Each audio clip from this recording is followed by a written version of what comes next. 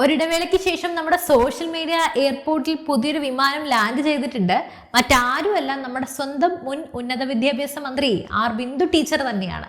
കേരളത്തിലെ ഉന്നത വിദ്യാഭ്യാസ രംഗത്തെ ആഗോള നിലവാരത്തിലേക്ക് ഉയർത്തി ഒടുവിൽ ഇവിടുത്തെ ക്യാമ്പസുകളിൽ പൂച്ച വിറ്റെടുക്കുന്ന അവസ്ഥയാക്കി, മാറാല പിടച്ചെടുക്കുന്ന അവസ്ഥയാക്കി മാറ്റി ആ വിപ്ലവ നായികയെ ആർക്കാണ് മറക്കാൻ കഴിയുക, അല്ലേ?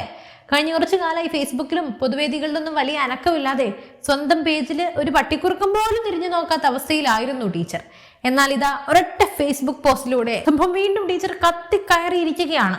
അതും ഒന്നാം തരം ഒരു സെൽഫ് ഗോളും അടിച്ച് സ്വന്തം പാർട്ടിക്കാരെയും മുൻ മുഖ്യമന്ത്രിയെയും വരെ പ്രതിക്കൂട്ടിലാക്കുന്ന തരത്തിൽ. കേരളത്തിലെ കമ്മ്യൂണിസ്റ്റ് നവോത്ഥാനത്തിന് ഒരു വലിയ പ്രത്യേകതയുണ്ട്. ഭാരതീയ പാരമ്പര്യമുള്ളതോ സംസ്കൃത ചുവയുള്ളതോ ആയിട്ടുള്ള എന്തെങ്കിലും ഒരു നല്ല പദം കേട്ടാൽ, ഒരു കാര്യം കേട്ട് കഴിഞ്ഞാൽ ഉടൻ തന്നെ അവർക്ക് കടുത്ത അലർജി ആരംഭിക്കും.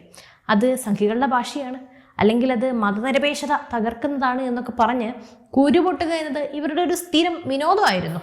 ഇത്തവണ കൊച്ചിയിലെ ജെയിൻ യൂണിവേഴ്സിറ്റിയിൽ നടന്ന ദീക്ഷാരംഭം എന്ന പരിപാടിയെ ചൊല്ലിയാണ് ബിന്ദു ടീച്ചർക്ക് പുതിയൊരു ആശങ്കയും സങ്കടവും ഒക്കെ ഉണ്ടായിരിക്കുന്നത്. എന്താ അവർ ചെയ്ത് തെറ്റ്? എന്തായാലും ഈ ആശങ്കയ്ക്ക് പിന്നിൽ ഒളിഞ്ഞിരിക്കുന്ന വമ്പൻ ഇരട്ടത്താപ്പും കോമഡിയും അതിനെക്കുറിച്ചാണ് നമുക്കിന്ന് സംസാരിക്കാനുള്ളത്. നമുക്ക് ആദ്യം തന്നെ ഇവരുടെ ഈ ഭാഷാ അലർജിയെക്കുറിച്ച് ഒന്ന് സംസാരിക്കാം. ഇവിടെയുള്ള കമ്മ്യൂണിസ്റ്റുകാർക്ക് ഭാരതീയ സംസ്കാരത്തോട് എന്തോ വലിയ വിരോധമുള്ളത് പോലെയാണ് പെരുമാറ്റം. വിദ്യാരംഭം, ദീക്ഷാരംഭം, പൂജ എന്നൊക്കെ കേൾക്കുമ്പോൾ തന്നെ ഇവരുടെ ഉള്ളിലെ ആ ഒരു വിപ്ലവ വീര്യം അങ്ങോട്ട് അണപൊട്ടി ഒഴുകും. അതായത് ഭാരതം എന്ന വികാരം, അല്ലെങ്കിൽ ഈ ഒരു നാട്ടിലെ പുരാതനമായ ഭാഷകളും സംസ്കാരവും ഒക്കെ കമ്മ്യൂണിസ്റ്റുകാർ സംഘികൾക്ക് മൊത്തമായിട്ട് അങ്ങോട്ട് എഴുതി കൊടുത്തിരിക്കുകയാണ്. സംഘികളുടെ ഒരു ഭാഗ്യം നോക്കണേ, അവർക്ക് എന്തായാലും മനോഹരമായ അർത്ഥമുള്ള ഒരു പദം കേൾക്കുമ്പോൾ ഇത്രയധികം അസ്വസ്ഥത രൂപപ്പെടുന്നത് എന്തുകൊണ്ടാണ്? നമുക്കറിയാം, ഗണപതി വെറും ഒരു മിത്താണ് എന്ന് നിയമസഭയുടെ മുൻ സ്പീക്കർ കസേരയിലിരുന്ന് ശാസ്ത്രബോധം പ്രസംഗിക്കുകയും സ്വന്തം മതപരമായ ആചാരങ്ങളൊക്കെ വരുമ്പോൾ അതൊക്കെ ഭക്തി പുരസ്പരം കൃത്യമായി പാലിക്കുകയും ചെയ്യുന്ന പഴയ സ്പീക്കർ നമ്മുടെ ഷംസീർ കെയെ കുറിച്ചാണ് ഞാൻ പറഞ്ഞു വരുന്നത്. അതേ ഒരു രോഗം തന്നെയാണ് ഇവിടെയുള്ള മിക്ക കമ്മ്യൂണിസ്റ്റുകാർക്കുള്ളത്. 1000 സൂര്യചന്ദ്രന്മാരെ കണ്ടു കഴിഞ്ഞപ്പോൾ പ്രായത്തിന്റെ അവസാന ഘട്ടത്തിൽ ഗുരുവായൂരപ്പന്റെ മുമ്പിൽ പോയിരുന്ന ഭജന ചൊല്ലുന്ന നമ്മുടെ പ്രശസ്ത എഴുത്തുകാരൻ എം മുകുന്ദൻ തന്റെ ആയ കാലത്ത് പറഞ്ഞത് ഓർമ്മയുണ്ടോ? നെറ്റിയിൽ കുറിതൊട്ടവരൊക്കെ അദ്ദേഹത്തിന് കാണുമ്പോൾ അയാൾക്ക് പേടിയായിരുന്നു എന്നാണ് പറഞ്ഞത്. വാസ്തവത്തിൽ നെറ്റിയിൽ ഒരു കുറിതൊട്ട മനുഷ്യനെ കാണുമ്പോൾ പേടി തോന്നിയിട്ടില്ലെങ്കിലും ഓപ്പോസിറ്റിക്കുന്ന ഒരു മനുഷ്യനാണെന്നൊരു ചിന്ത മാത്രം മതിയല്ലോ. എന്നാൽ കൊന്തയിട്ടവനെ, അല്ലെങ്കിൽ നെറ്റിയിൽ നിസ്കാരത്തഴമ്പുള്ളവനെ കാണുമ്പോൾ അപ്പോഴൊന്നുമില്ലാത്ത എന്ത് ഭയവും വേദനയൊക്കെയാണ് ഈ കുറിതൊട്ടവനെ കാണുമ്പോൾ ഉള്ളത് എന്നത് എനിക്കിതുവരെ മനസ്സിലായിട്ടില്ല. നിങ്ങൾക്ക് മനസ്സിലായോ? എന്തായാലും നമ്മുടെ സാംസ്കാരിക അടിമത്തവും വോട്ട് ബാങ്ക് രാഷ്ട്രീയവും എത്രത്തോളം പ്രഹസനമാണെന്ന് ഇതിൽ നിന്ന് തന്നെ വ്യക്തമാണ്. ആ ഒരു സാംസ്കാരിക അന്ധതയുടെ തുടർച്ച തന്നെയാണ് ഇപ്പോൾ ആർ ബിന്ദുവും ഫേസ്ബുക്കിലൂടെ പുറത്തെടുത്തിരിക്കുന്നത്. വിഷയത്തിലേക്ക് നമുക്ക് ഇറങ്ങുന്നതിന് മുമ്പ് ഒരു കാര്യം ഞാൻ പറയാം. നമ്മുടെ ആർ ബിന്ദു ആരാണ്? ആ ടീച്ചറെ ഞാൻ കുറച്ചൊന്ന് വ്യക്തമായി പറഞ്ഞുതരാം. സ്വജനപക്ഷപാതത്തിന്റെ ജീവിച്ചിരിക്കുന്ന ഏറ്റവും മികച്ച ഉദാഹരണങ്ങളിൽ ഒന്നാണ് നമ്മുടെ ബിന്ദു ടീച്ചർ.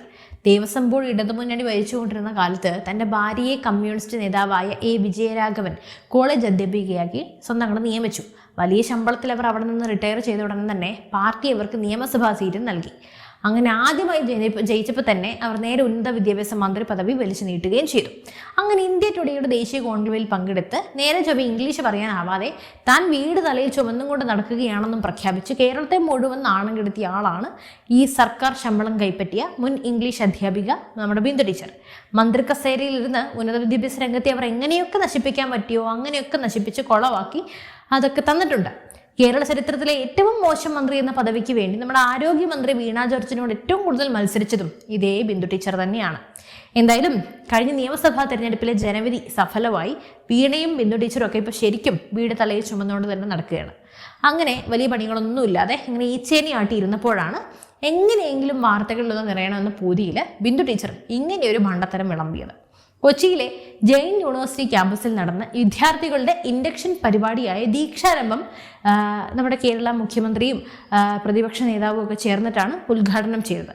അപ്പോൾ ടീച്ചറെ അതിലേക്ക് ക്ഷണിച്ചുമില്ല. അപ്പോൾ ടീച്ചർക്ക് എന്തെങ്കിലും ഗോൾ അടിക്കാൻ പറ്റുമോ എന്നിങ്ങനെ നോക്കിയിരിക്കുമ്പോൾ ഉടൻ തന്നെ ടീച്ചർ തൻ്റെ ഫേസ്ബുക്കിൽ നീണ്ടൊരു കുറിപ്പ് അങ്ങോട്ട് എഴുതിയിട്ടു. ആ കുറിപ്പിലെ പ്രധാന ഭാഗങ്ങൾ നമുക്കൊന്ന് പരിശോധിക്കാം. ടീച്ചർ എഴുതുന്നത് ഇങ്ങനെയാണ്: കൊച്ചിയിലെ ജെയിൻ യൂണിവേഴ്സിറ്റി ക്യാമ്പസിൽ നടന്ന ദീക്ഷാരംഭം പരിപാടി കേരള മുഖ്യമന്ത്രി ഉദ്ഘാടനം ചെയ്തത് ഉന്നത വിദ്യാഭ്യാസ നയത്തിലെ പുതിയ ദിശയെക്കുറിച്ചുള്ള ചോദ്യങ്ങൾ ഉയർത്തുകയാണ്. ഉന്നത വിദ്യാഭ്യാസ വകുപ്പും കേരള സംസ്ഥാന വിദ്യാഭ്യാസ കൗൺസിലും നടപ്പിലാക്കിയ സ്റ്റഡി ഇൻ കേരള പോലെയുള്ള പദ്ധതികൾ കേരളത്തിലെ പൊതുമേഖലാ സർവകലാശാലകളെയും കോളേജുകളെയും ആഗോളതലത്തിൽ ഉയർത്തുന്നതിന് വേണ്ടിയായിരുന്നു. ഇന്ന് അതേ ദൃശ്യതയും സർക്കാർ പിന്തുണയും ഒരു സ്വകാര്യ സർവകലാശാല വേദിയിലേക്ക് മാറുന്നത് ഉന്നത വിദ്യാഭ്യാസ നയത്തിന്റെ ദിശയെക്കുറിച്ച് ഗൗരവമായ ചോദ്യങ്ങൾ ഉയർത്തുന്നു. ഇതിനോടൊപ്പം തന്നെ ടീച്ചർ ചോദിക്കുന്ന മറ്റൊരു കാതലായ ചോദ്യം ഇതാണ്: ഒരു മതനിരപേക്ഷ സംസ്ഥാന സർക്കാർ പങ്കാളിയാകുന്ന ഔദ്യോഗിക ഉന്നത വിദ്യാഭ്യാസ പരിപാടിക്ക് ദീക്ഷാരംഭം പോലെയുള്ള വ്യക്തമായ മത സാംസ്കാരിക ആശയധ്വനിയുള്ള പേര് സ്വീകരിച്ചതും ചർച്ച ചെയ്യപ്പെടേണ്ട വിഷയമാണ്. പൊതുവിദ്യാഭ്യാസത്തിന്റെ ഔദ്യോഗിക വേദികളിൽ എല്ലാ വിശ്വാസങ്ങളെയും ഒരുപോലെ ഉൾക്കൊള്ളുന്ന മതനിരപേക്ഷ സ്വഭാവം പ്രതിഫലിപ്പിക്കേണ്ടതല്ലേ? കേട്ടാത്തൊന്നും ജെയിൻ യൂണിവേഴ്സിറ്റി എന്നത് എന്തോ വലിയ സർക്കാർ സ്ഥാപനമാണെന്നും അവിടെ സർക്കാർ ചെലവിലും മതപരമായ ചടങ്ങുകൾ നടത്തിയെന്നൊക്കെയാണ് ടീച്ചറുടെ കണ്ടുപിടുത്തം. എന്തിനെക്കുറിച്ചാണ് താൻ സംസാരിക്കുന്നത് എന്നതിനെക്കുറിച്ച് വ്യക്തമായൊരു ബോധം പോലും ഇല്ലാതെ, അടിസ്ഥാനപരമായ ധാരണ പോലും ഇല്ലാതെ ഇങ്ങനെയൊക്കെ മണ്ടത്തരം വിളമ്പാൻ നല്ല ധൈര്യം വേണം. ഇനി നമുക്ക് ഇതിന്റെ പിന്നിലെ കൃത്യമായ ഡാറ്റകളിലേക്കും വസ്തുതകളിലേക്കും വരാം. ഒന്നാമത്തെ കാര്യം, ഈ ജെയിൻ യൂണിവേഴ്സിറ്റിയിൽ നടന്നത് ഒരു സ്വകാര്യ സ്ഥാപനത്തിന്റെ സ്വന്തം പരിപാടിയാണ്. അവിടെ മുഖ്യമന്ത്രിയും പ്രതിപക്ഷ നേതാവും ഒക്കെ അതിഥികളായി പോയി എന്ന് മാത്രമേ ഉള്ളൂ. പ്രതിപക്ഷ നേതാവ് നമ്മുടെ ബിന്ദു ടീച്ചർ സ്വന്തം ആളാണ്. എന്തായാലും അതിനെ എങ്ങനെയാണ് ഒരു ഔദ്യോഗിക സർക്കാർ പരിപാടിയായി ബിന്ദു ടീച്ചർ വ്യാഖ്യാനിക്കുന്നത്? രണ്ടാമത്തെ കാര്യം, ദീക്ഷാരംഭം എന്ന വാക്ക് കേട്ടിയുടൻ തന്നെ ഇതിൽ വൻ വർഗീയതയും മത അധിനിവേശവും കാണുന്ന ടീച്ചർ ഒന്ന് മനസ്സിലാക്കണം. കേരളത്തിലെ പ്രമുഖ ക്രിസ്ത്യൻ മാനേജ്മെന്റ് സ്ഥാപനമായ രാജഗിരി കോളേജ് അടക്കമുള്ള നിരവധി വിദ്യാഭ്യാസ സ്ഥാപനങ്ങൾ തങ്ങളുടെ പുതിയ അധ്യയന വർഷത്തിന്റെ തുടക്കത്തിൽ ദീക്ഷാരംഭം എന്ന പേരിൽ തന്നെയാണ് വിശേഷിപ്പിക്കുന്നത്. അല്ലാതെ അത് ഏതെങ്കിലും ഒരു വിഭാഗത്തിന്റെ മാത്രം കുത്തകയൊന്നും അല്ല, വെറുമൊരു പദം മാത്രമാണത്, പദം മാത്രമല്ല. പുതുതായി കോളേജിൽ പ്രവേശനം നേടുന്ന വിദ്യാർത്ഥികൾക്കായി ഇത്തരത്തിൽ ഇൻഡക്ഷൻ പ്രോഗ്രാമുകൾ ദീക്ഷാരംഭം എന്ന പേരിൽ സംഘടിപ്പിക്കണമെന്നത് കേന്ദ്ര UGC തങ്ങളുടെ ഗൈഡ്ലൈൻസിൽ നേരത്തെ തന്നെ വ്യക്തമാക്കിയതാണ്. അല്ല ടീച്ചർ ഏത് വകുപ്പിന്റെ മന്ത്രിയായിരുന്നു എന്ന് പറഞ്ഞേ? അപ്പൊ ഇതൊന്നും അറിയില്ലേ? ഇതൊന്നും അറിയാതെയാണ് ബിന്ദു ടീച്ചർ കഴിഞ്ഞ 5 വർഷം കേരളത്തിന്റെ ഉന്നത വിദ്യാഭ്യാസം ഭരിച്ചത്? വെറുതെ അല്ല ഇങ്ങനെ ആയിത്തീർന്നത്. ഇനി നമുക്ക് എന്തായാലും ടീച്ചർ അവകാശവാദത്തോടെ പറയുന്ന സ്റ്റഡി ഇൻ കേരള പ്രൊജക്റ്റിലേക്കൊന്ന് വരാം. ടീച്ചറുടെ ഭരണകാലത്താണ് ഈ പദ്ധതി നടപ്പിലാക്കിയത് എന്നാണ് പറയുന്നത്. എന്നാൽ യഥാർത്ഥ ഡാറ്റകൾ എന്താ കാണിക്കുന്നത്?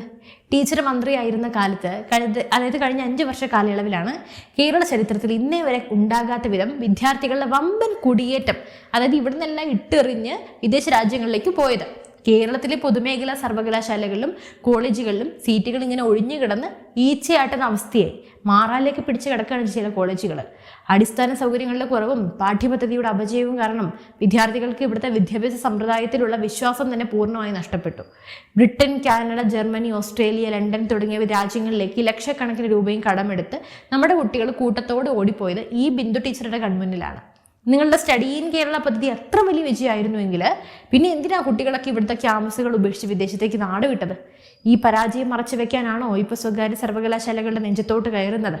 ഈ ഫേസ്ബുക്ക് പോസ്റ്റിന്റെ ഏറ്റവും വലിയ കോമഡിയും ട്വിസ്റ്റും ഇനിയാണ് വരാൻ പോകുന്നത്.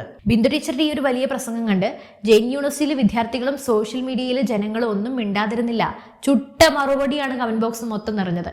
അവർ ടീച്ചറുടെ കമന്റ് ബോക്സിലേക്ക് കൂട്ടത്തോടെ ഇരച്ചെത്തി. എന്നിട്ട് അവർ ചോദിച്ച ചോദ്യം എന്താ അറിയോ? ടീച്ചറെ, നിങ്ങളിത് ഏത് ലോകത്താ ജീവിക്കുന്നത്? കാരണം മറ്റൊന്നുമല്ല, കഴിഞ്ഞ വർഷം ഇതേ ജെയിൻ യൂണിവേഴ്സിറ്റിയിൽ ഇതേ ദീക്ഷാരംഭം പരിപാടി നടത്തിയപ്പോൾ അതിൻ്റെ മുഖ്യ ഉദ്ഘാടകനായി പോയത് അന്നത്തെ ഇടതുമുന്നണി സർക്കാരിലെ ശക്തനായ വ്യവസായ മന്ത്രി സാക്ഷാൽ P. രാജീവ് ആയിരുന്നു. അപ്പോൾ ടീച്ചർ എവിടെയായിരുന്നു? ജെയിൻ യൂണിവേഴ്സിറ്റിയിലെ പിള്ളേർ ഓടി വന്ന് ബിന്ദുവിൻ്റെ കമൻറ്റ് ബോക്സിൽ രാജീവ് അവിടുത്തെ വേദിയിലിരുന്ന് ദീക്ഷാരംഭം പരിപാടിയെയും ജെയിൻ യൂണിവേഴ്സിറ്റിയെ കുറിച്ച് പറയുന്ന ഫോട്ടോസും വീഡിയോസും പിന്നെ അതിൻ്റെ ചില ഭാഗങ്ങളും എല്ലാം തന്നെ ആ കമൻറ്റ് ബോക്സ് മൊത്തം നിറച്ചു കൊടുത്തിട്ടുണ്ട്. എന്നിട്ട് അവർ ചോദിക്കുന്നത്, ടീച്ചറേ, കഴിഞ്ഞ വർഷം P. രാജീവ് സഖാവ് ഈ പരിപാടി ഉദ്ഘാടനം ചെയ്തപ്പോൾ അദ്ദേഹം കോൺഗ്രസ്സുകാരനായിരുന്നു എന്നാണ്, അതോ അന്ന് ഈ ദീക്ഷാരംഭത്തിന് മതസാംസ്കാരിക അധിനിവേശം ഇല്ലാതിരുന്നോ എന്ന്. സ്വന്തം പാർട്ടിയിൽ ഒരു ക്യാബിനറ്റ് മന്ത്രി ഒരു സ്വകാര്യ യൂണിവേഴ്സിറ്റിയുടെ പരിപാടിയിൽ പങ്കെടുക്കുമ്പോൾ ഒന്നുമില്ലാത്ത എന്ത് ഉന്നത വിദ്യാഭ്യാസ നയത്തകർച്ചയാണ് ഇപ്പോൾ ഉണ്ടായിരിക്കുന്നത്? ഒന്ന് പറഞ്ഞ് മനസ്സിലാക്കി തരാമോ നമ്മുടെ ബിന്ദു ടീച്ചറെ? P. രാജീവ് ചെന്നപ്പോൾ അത് വികസനവും, നമ്മുടെ മുഖ്യമന്ത്രി VD സതീശൻ അവിടെ ചെല്ലുമ്പോൾ മതനിരപേക്ഷതയുടെ തകർച്ചയുമാകുന്ന ഈ വിചിത്ര യുക്തി ഏത് മാർക്സിസ്റ്റ് പുസ്തകത്തിൽ നിന്നാണ്? അതിപ്പോൾ ആരായാലും ശരി, അപ്പോഴൊന്നുമില്ലാത്ത പ്രശ്നം പെട്ടെന്നൊരു സുപ്രഭാതത്തിൽ പൊട്ടിമുളച്ചതിൻ്റെ ആ ഒരു ഇരട്ടത്താപ്പ് നമുക്കൊന്ന് മനസ്സിലാക്കി തരണ്ടേ? അതിലേ എൻ്റെ ശരി. എന്തായാലും നിങ്ങൾക്ക് മനസ്സിലാക്കിയ ആ ഒരു ഇരട്ടത്താപ്പും നിങ്ങളുടെ അഭിപ്രായങ്ങളും തീർച്ചയായും താഴെ കമൻറ്റ് ബോക്സിൽ രേഖപ്പെടുത്തൂ. മറ്റൊരു വിഷയമായി വീണ്ടും എത്തും വരെ നന്ദി.